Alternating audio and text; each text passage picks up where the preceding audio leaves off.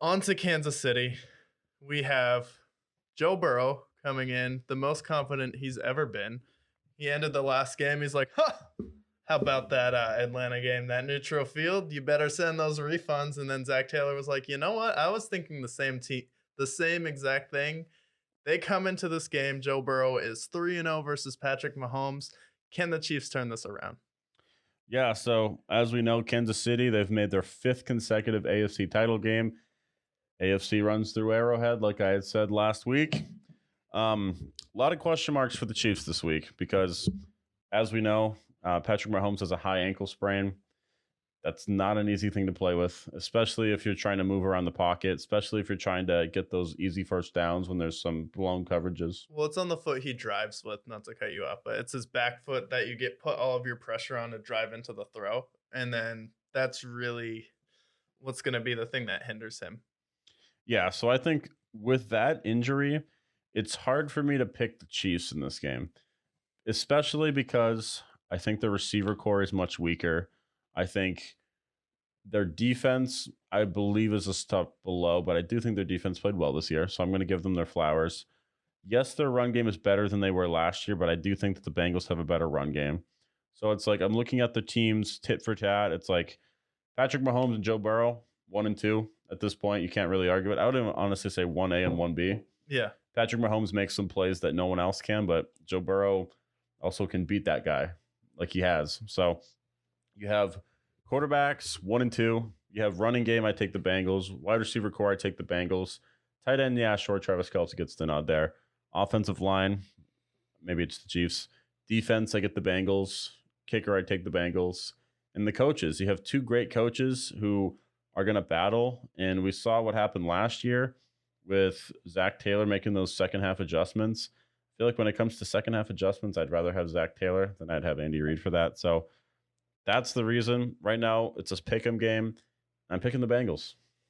Yeah. And I don't blame you for picking the Bengals, especially in a game where Patrick Mahomes is injured. And I feel like a lot of people are going to overlook how serious that injury is. But when you have a high ankle sprain, it's tough to move your foot and move your joint. So Patrick Mahomes, what makes this Chiefs team special is not his first read, not his second read, even though what sets him apart is he still has the ability to do that on top of all the magical plays. It's Patrick Mahomes extending the play, Patrick Mahomes being able to run in the playoffs because he's definitely an underrated dual threat quarterback. I feel like most people don't give him the credit he deserves for being able to run the football. So that's off the table, especially with a high ankle sprain. This is an injury that usually takes 2 to 4 weeks to handle.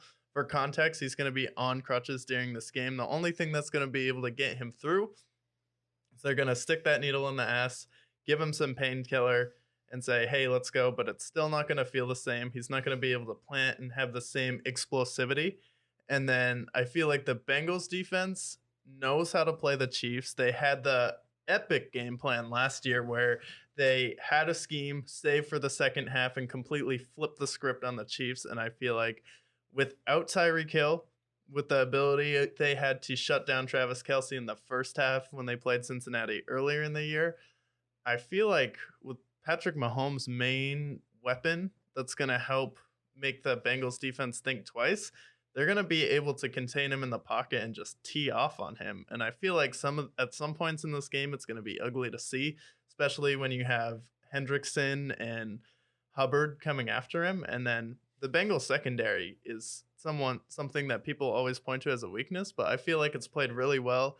They matched up against Stephon Diggs and Gabe Davis. I feel like Juju Smith-Schuster and Marquez Valdes-Scantling are going to be a lot easier to take care of, especially versus the Jaguars. No one really did anything besides Travis Kelce, and he only had 5 catches for 95 yards. Or 14 catches for 95 yards. Sorry, Kittle was 5 for 95, but Yeah, Travis Kelce had the most catches by a tight end in NFL history in the playoffs this past week. But yeah, my problem with the Chiefs last week, and I alluded to this last episode, but it's like against the Jaguars, it was 17 targets for Travis Kelce, and then the next was 7, and it was MVS. So it's like when you have that much targets going towards Travis Kelce, you can neutralize that weapon. I know it's not easy to neutralize Travis Kelce, but if you can, which they did last time they played, That's what I'm really worried because I don't trust MVS. I don't trust Juju. Kadarius Toney. I don't know what Kadarius Toney is. Nothing. Sometimes I see Kadarius Toney. I'm like, oh, this man's a freak. He's got super quick speed. He's got the potential to be very good. But like, am I going to bank on Kadarius Toney balling against the Bengals? No. And then I like Isaiah Pacheco. He's really nice. But again, I just got to go with the team that I think is riding the highest. You had a great game against the Ravens, tough, gritty AFC North matchup. Then you face the Bills, who everyone says is better than you after all the things that happened. And then you go against the Chiefs, who AFC runs through Arrowhead. And I think for the second year in a row, the Bengals are going to book a ticket to the Super Bowl. Yeah, which is ridiculous because they've done it virtually on the road both times. So imagine if the Bengals got home games through all these, how dominant they would be. But I said that the Ravens were going to be the toughest defense that the Cincinnati Bengals said last week, or that the Cincinnati Bengals faced. So I went over all the talent with the Ravens. Obviously, they have Roquan Smith, one of the best linebackers in the league, and then we all know what that secondary and pass rush is about. And then I said the Bills are probably going to be the next best defense, and then after that, it seems like all the defenses they faced, they're getting progressively easier. I feel like for the Bengals because I feel like even without Von Miller, the Bills defense on paper is much better than the Kansas City Chiefs defense. I mean, they have Chris Jones and they have Nick Bolton and they have Reed that they get picked up from the Texans. But overall, George Karlaftis as well. George Karlaftis, I feel like overall Frank Clark too. Overall, I feel like the Bills have a better defense. The Ravens had a better defense. So I feel like it's getting progressively easier for the Bengals. They're pissed off this year because everyone misjudged them